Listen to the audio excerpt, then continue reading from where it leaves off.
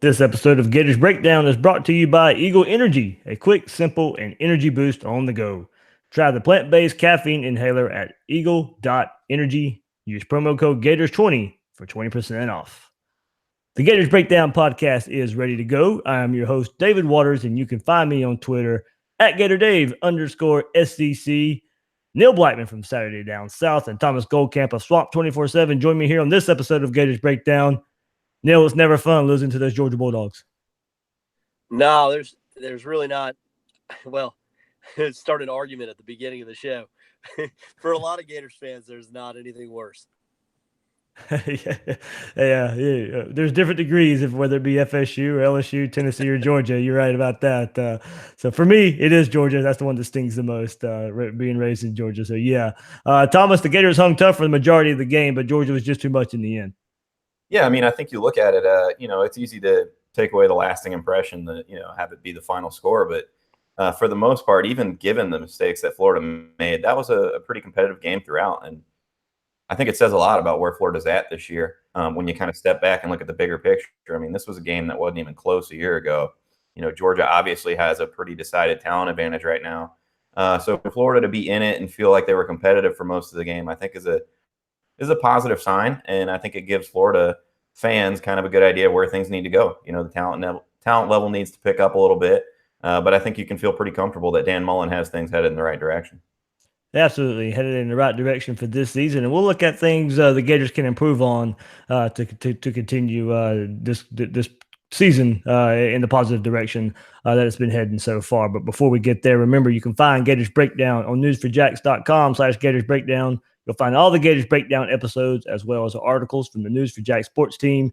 That's newsforjacks.com/Gators Breakdown. Hey, also catch us on iTunes, Google Play, YouTube, and Spotify. When using those services, please share, rate, and review the show and let Gator Nation know what they're getting with Gators Breakdown. And on social media, follow Gators Breakdown on Twitter and Facebook at Gators Breakdown. And guys, we can point to many aspects of why Georgia beat Florida, but some things are starting to become noticeable when looking at this game in combination with the earlier part of the season. And I'm not trying to say Florida's in trouble here. We're looking at where this team was a year ago and now all the positive feeling around the program and feeling good. There are some things that need to be corrected so the Gators can continue the positive direction of the season. And one of the biggest that I noticed are the slow starts the Gators are having this season.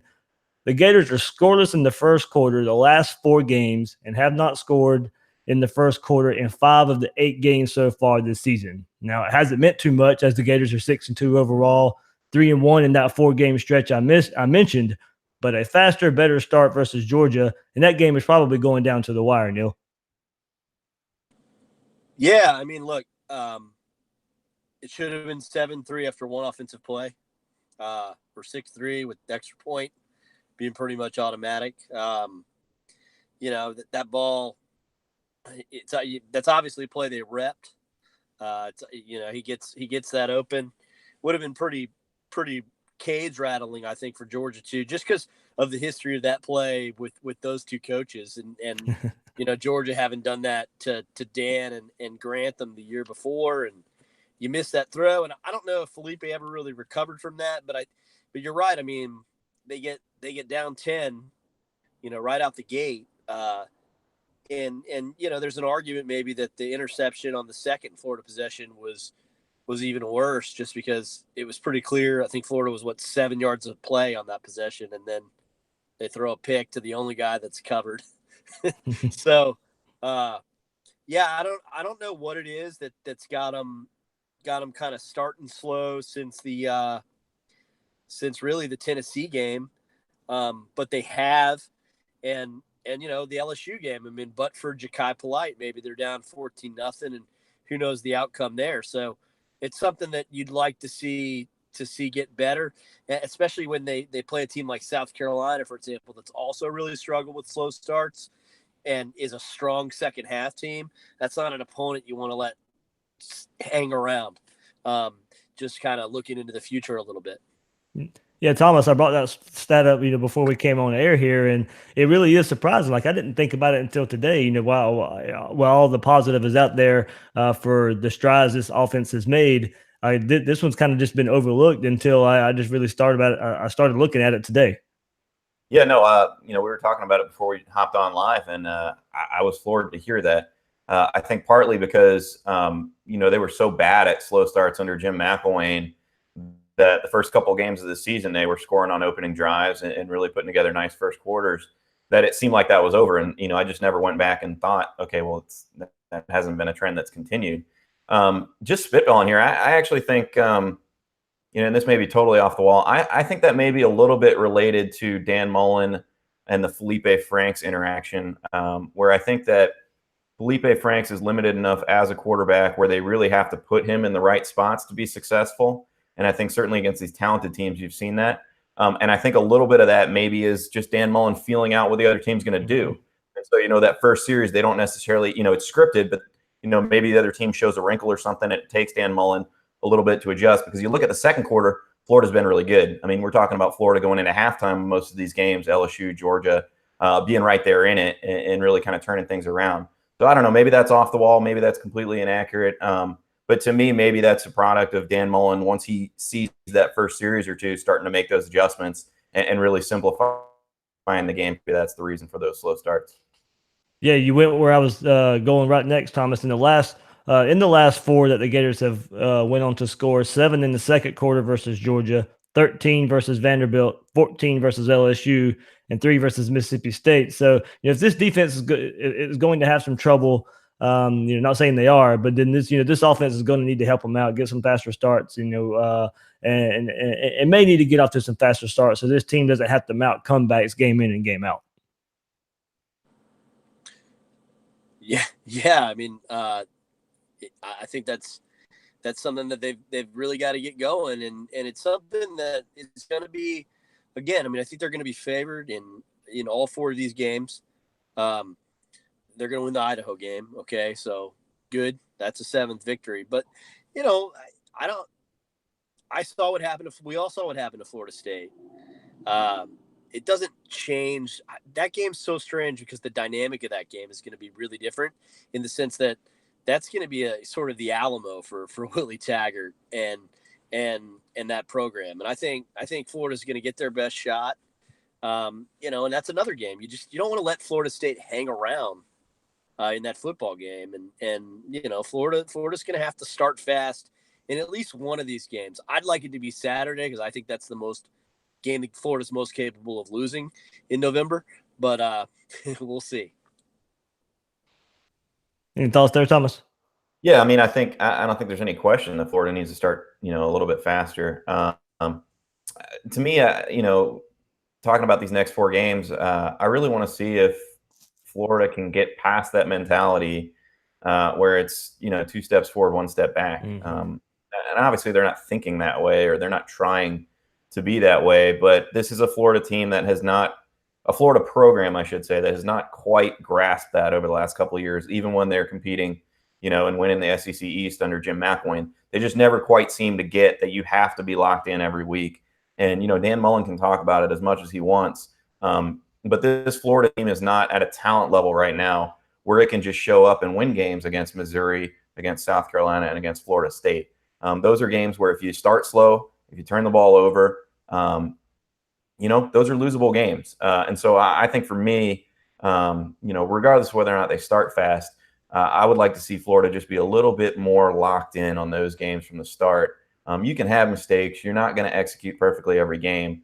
But just going in with the sense that you have to play at that high level every single week and not take a step back, I think is really the most important next step for Florida.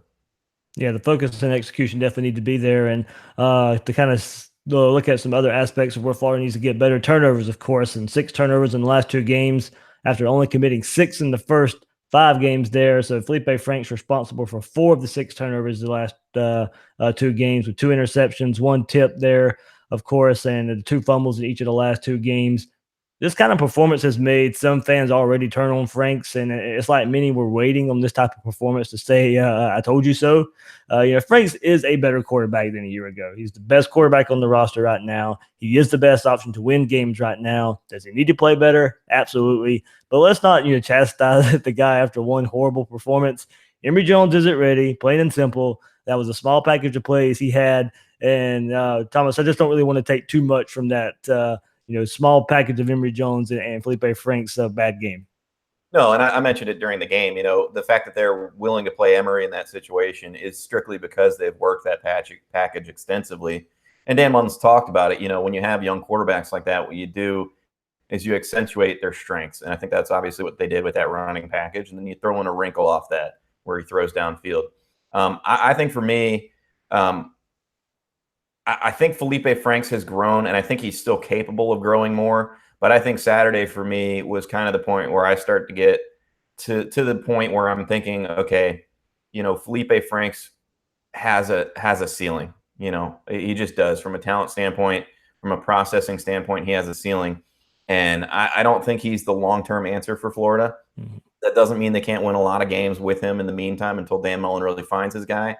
And I think Dan Mullen's done a great job of adjusting the offense to really limit his weaknesses, limit the degree that they're exposed. But I think that it's pretty clear at this point that Florida, not just at quarterback, but really across the board, needs a talent upgrade. And I think that's particularly evident at QB. I mean, I just don't think that you're going to consistently be able to beat all of the LSU, Georgia, Alabama type teams with Felipe Franks at the helm.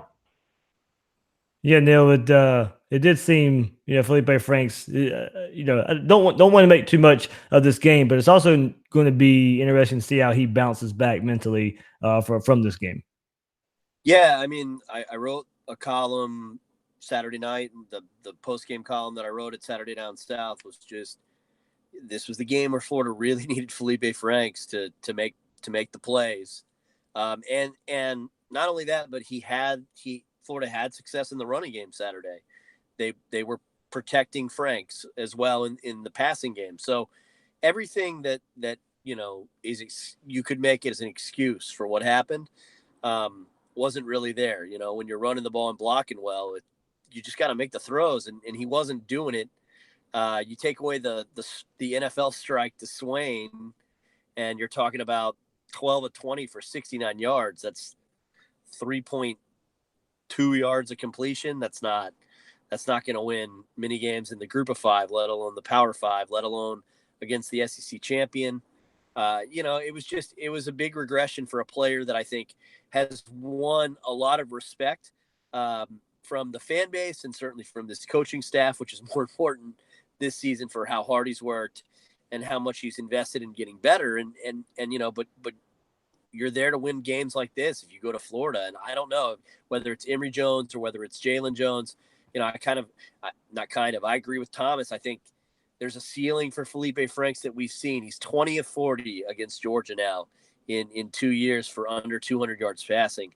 So when you're playing one of the best two programs in the conference, and you've got the kind of playmakers that Felipe has, you have to play better. And hopefully, November's a big month for Felipe Franks. It's also a big month for Florida's program, but it's a big month to kind of take inventory of what does the future of Florida football look like if it involves Felipe Franks, because he's not young anymore. He's a redshirt sophomore at the end of his third year. Yeah, I went into the Georgia game thinking there probably wasn't much of a question he would be the quarterback next year. And now you guys talk about that ceiling, and I'm not so sure. I still lean that way. Franks is probably the starter when the team runs out of the tunnel against Miami next year, but I'm not as much sold on that as I was before this performance. Like I don't want to make too much of it. I don't want others to either. So I'm trying not to overreact there. So I still think he's probably the guy next year, but the doubt is starting to creep in there. And of course, the thought is out there now that some fans want to see Emory Jones because there's no chance to win the SEC now, the SEC East. And look, I know some think that throwing players to the Wolves is the best way to groom a quarterback, but that's not really been Mullen's history. He doesn't throw guys in there before they're ready. Mullen says you can see him in 2 or more games this season, so we'll see where that goes. As far as redshirting, there's a couple of ways looking at that. You don't really need him at this point, so I think you discuss with him and see what he wants to do. And if he wants to redshirt to save a year, then okay. There's not many quarterbacks that play 4 years straight, but if that's what he wants, then okay. Or going back to the point of redshirting and then playing 4 years, that's becoming pretty rare. Do you really see him redshirting this season and then being a quarterback the next 4 years?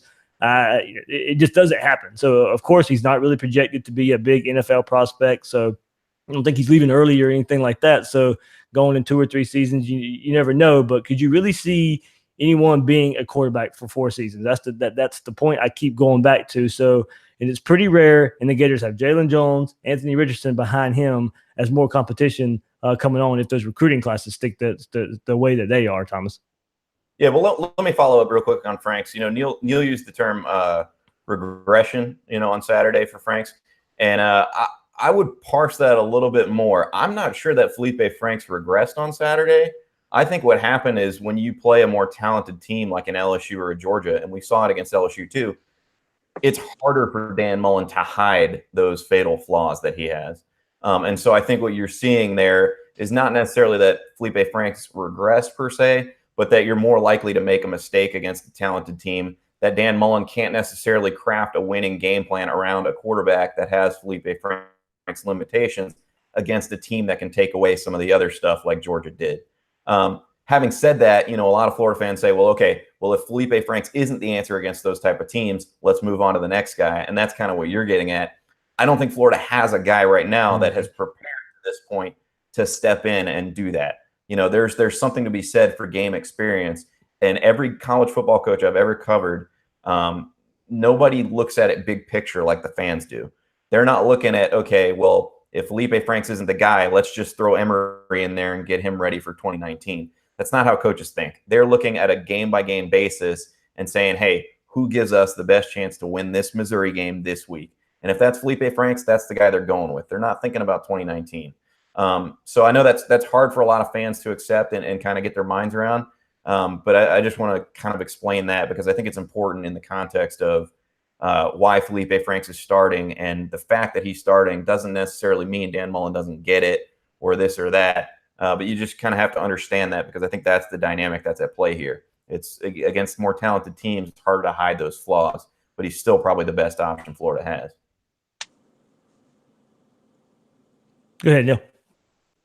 Yeah, I mean, I agree with Thomas in that regard on 2 levels. One, I think at this point he's certainly the most prepared quarterback that they have on the roster, and it's nice that Emory Jones has developed to the point where they trust him enough to put a package in for him against the SEC champions. That's great. Florida fans should be thrilled about that. Florida's also only won 10 games 14 times in the history of the school in 112 years of football. And if you don't think that Dan Mullen wants to walk into living rooms in December and say, hey, I just won 10 games my first year, and if you go to Florida State, we're going to beat the hell out of you for 4 seasons in a row. Yeah, he wants to say that. So who gives him the best chance to do that? It's Felipe Franks. So Florida's in a little bit of a ride or die situation right now with this quarterback. And yeah, I mean, barring some astronomical leap in spring ball that's never happened for a Dan Mullen quarterback, by the way, in spring ball. He's going to be the quarterback against Miami too. Now, could it get interesting at the beginning of Emory Jones' sophomore season or redshirt freshman season? But I think that they're going to continue to play him a little bit, especially with 3 home games in a row and Idaho kind of lingering out there. I would imagine that they're not going to redshirt him. Maybe it could get interesting, particularly if things get sideways against Miami. But, this is the quarterback that they have. The question, I think, and I agree with Thomas's point, parsing out that word regression. It's probably the wrong word on my part. The question really becomes next year, even as a 4th-year quarterback, is Felipe Franks a guy that's capable of winning those types of football games? We don't really know. Well, and I think if you look at Dan Mullen's history, and I think you kind of alluded to this, I think what happens next year is you set up spring to where you have in mind, the guy that could potentially push Franks for a starter, whether that's Kyle Trask or Emory Jones. And given the fact that you're opening with a Miami, if you're seeing the same things from Felipe Franks against a Miami team that's maybe not quite as talented as LSU or Georgia, but still is going to be more talented than, your traditional cupcake, then maybe you start to transition to Emory. Maybe you get him a couple series in there and it becomes an open QB battle because Mullen has done that. He's done that before at Mississippi State where he'll enter the season with a returning starter, but maybe a guy that hasn't fully succeeded and then kind of transition to that next guy within the first few games. Yeah, Thomas. Neil mentioned what he thought would happen with Emory Jones. How do you see the rest of the season playing out? Saturday night after the game, Mullen made it sound like they were going to try and keep his red shirt, and he was only playing 2 more games. A couple of days later, Mullen meets with the media again today on this Monday, and now it may be 2 or more games that Emory Jones will play in. So I mean, I know it's just guesswork here. Do you think they try and save his red shirt, or do you think they install some more packages for him and build on what we saw against Georgia, and maybe even more of a maybe even an even bigger package, maybe against the likes of the season ender at FSU? I think he redshirts unless there's an injury to Felipe Franks. I think you've gotten this for a reason necessarily to burn it. Again, it goes back to the conversation we had where, coaches aren't really looking at 2019 at this point. And I don't really see the way the schedule sets up with these last 4. Idaho's a game you can definitely play him in and not have any concerns about winning. I don't know that you're necessarily going to get a great opportunity against a Missouri or a South Carolina. Florida State, maybe. But at that point, I think, if you get through these next 2 games and Emory hasn't played, I think probably where they're headed. I did make this point to a couple people on the 24/7 Sports message board when we were talking about this Emory situation.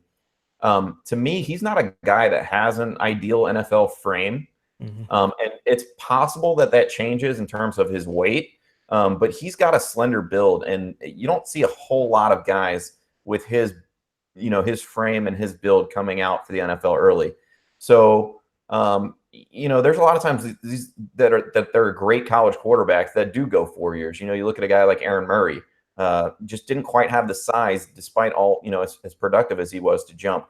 I think Emory could be in that mold, and so I think, a guy like Felipe Franks, you say, okay, when he was a true freshman, maybe the calculus is different. I think with Emory, that red shirt could still potentially matter because I do think he's a guy that, barring him being a lights out guy, I could see him staying for 4 years.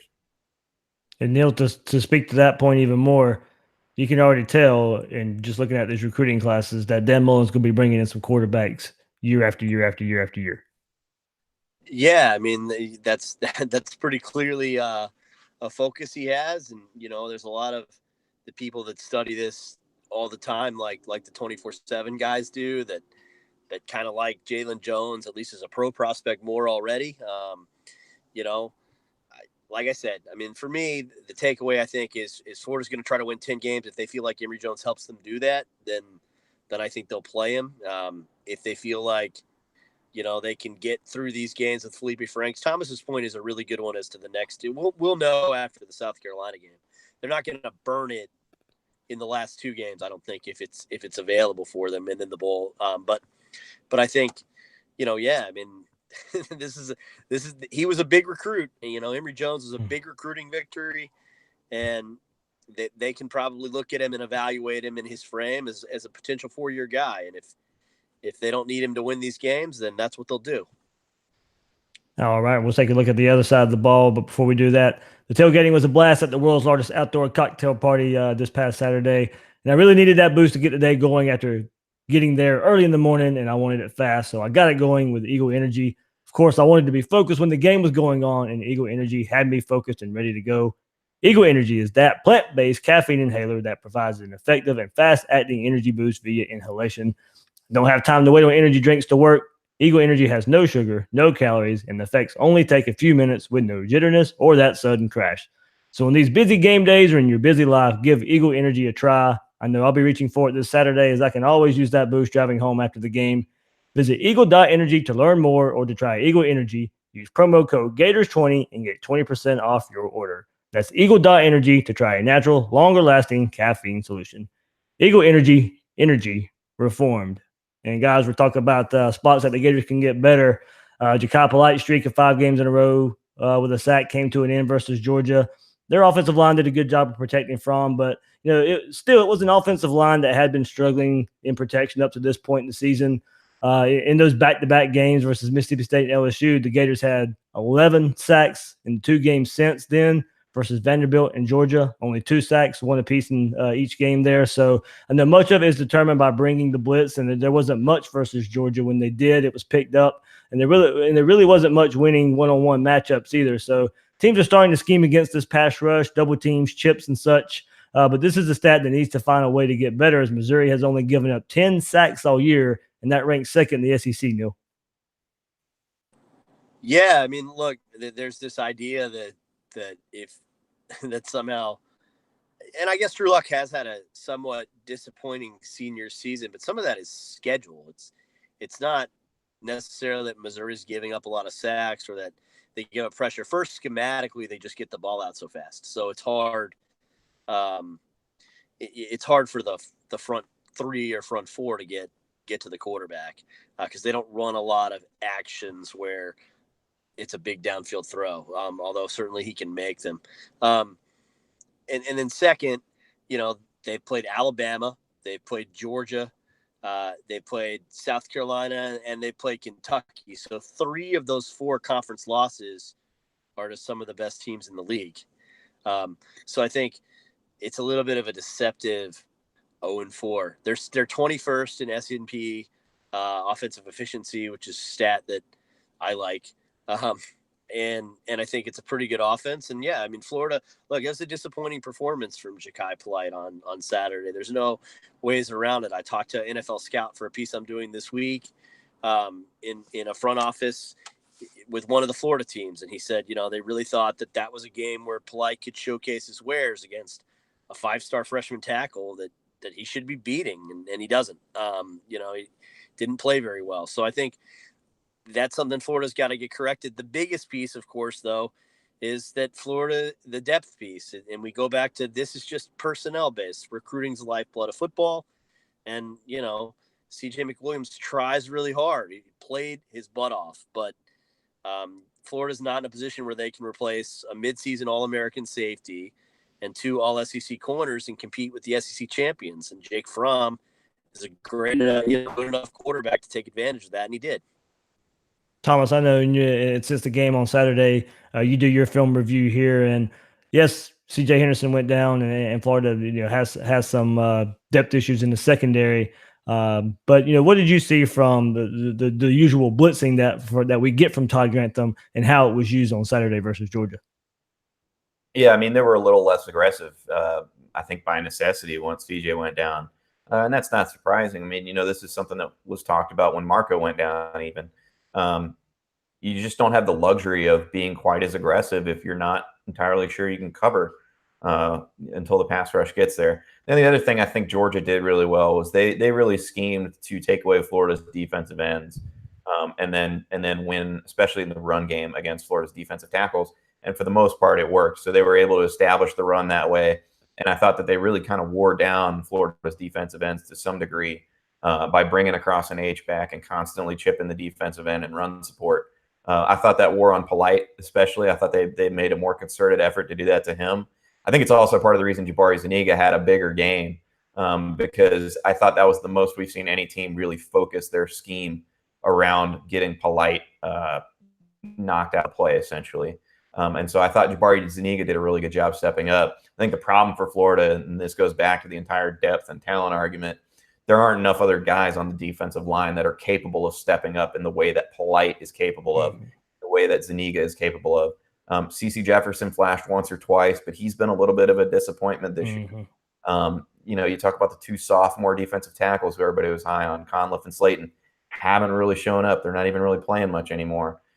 So Florida's been solid up front, but they just don't have quite enough true difference makers to, like Neil keeps saying, compete with the SEC champions.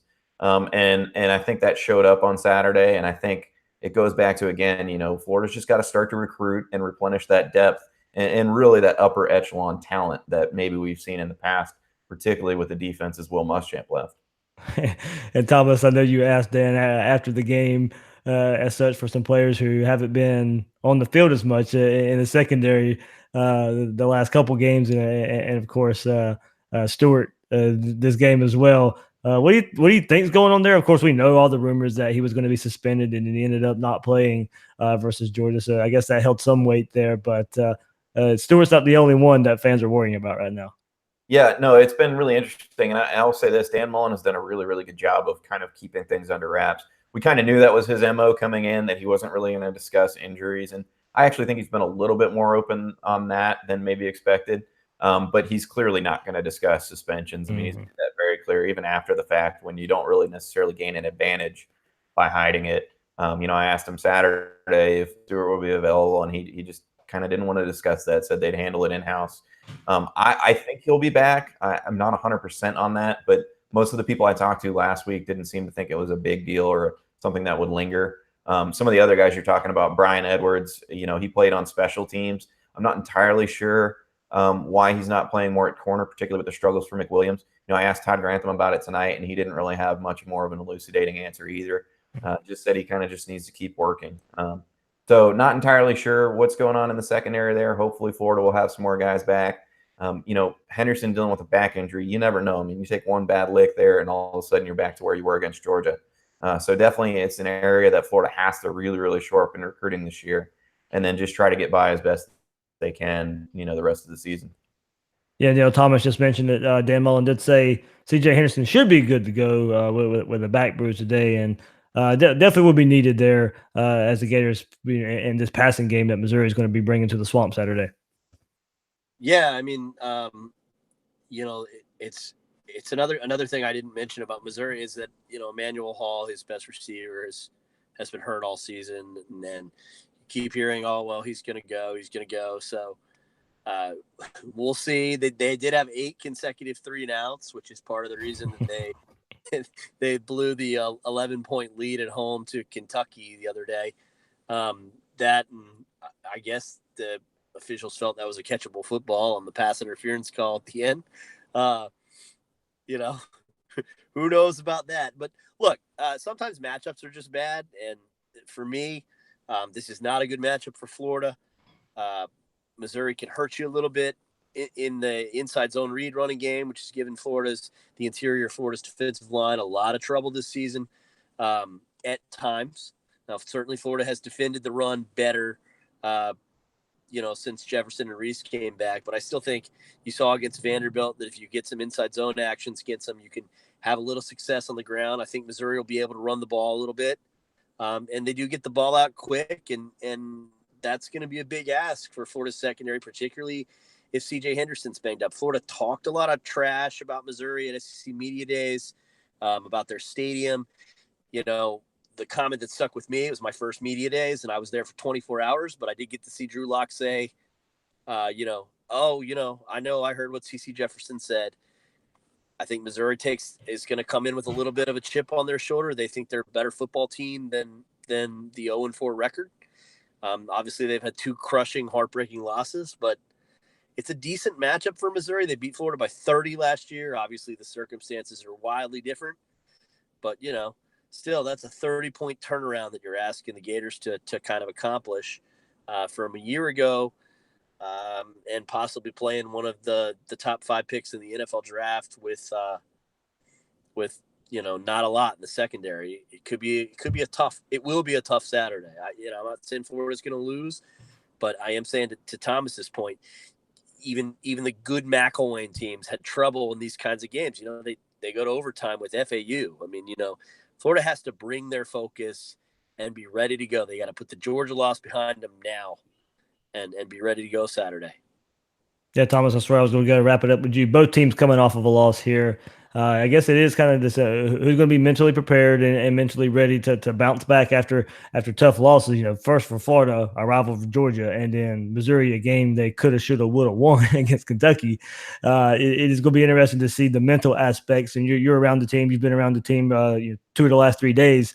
I guess if you could get a feel or read on the team, of course they're going to say the right things in front of the media. But how do you think they bounce back on this Saturday?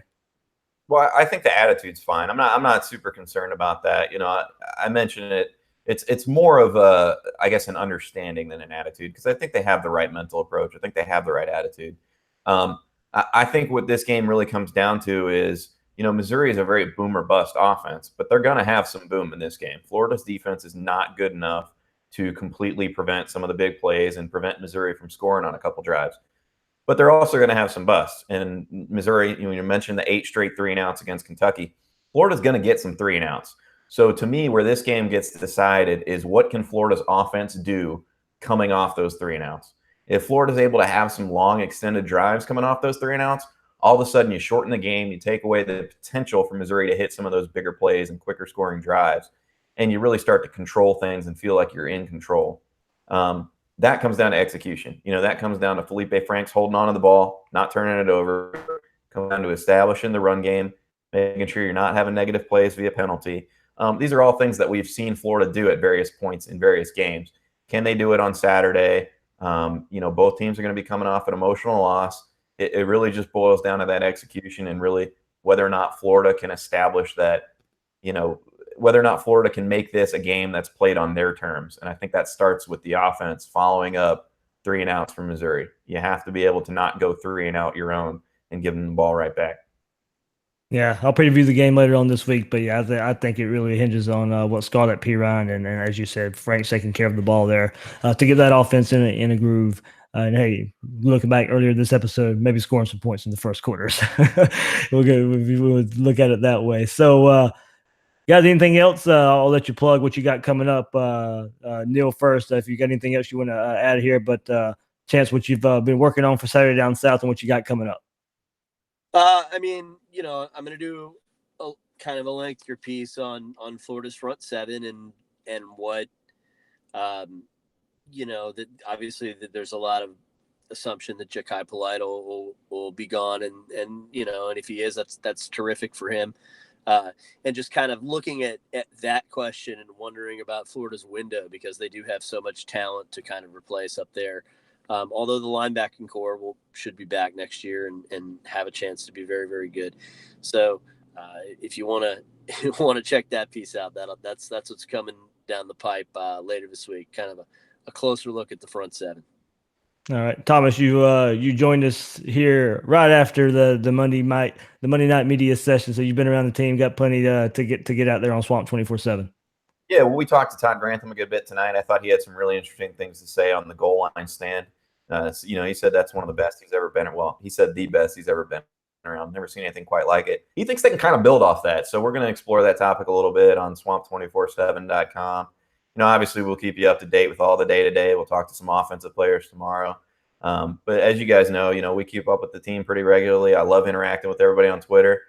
So be sure to reach out. Let's have some chats. We won't always agree. But I love interacting with all the fans, and it's always great being able to come on your show, Dave.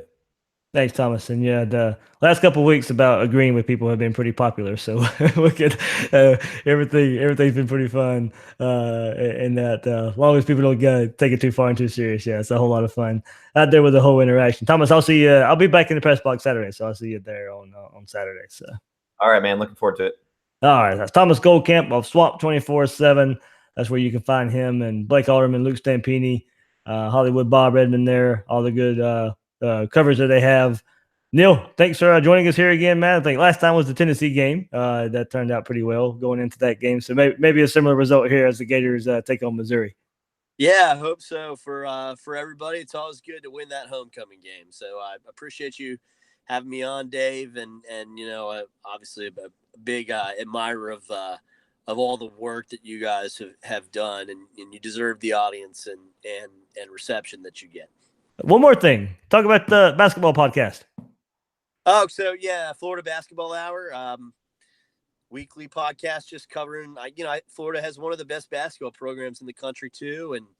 And I think somewhat criminally undercovered sometimes. And so, we're really happy to get that going with my weekly special guest is Eric Fawcett from Gator Country, who does a great job of covering Florida basketball. And we're going to have all sorts of guests all season long. So, please get in there and follow us at Florida BB Hour on Twitter.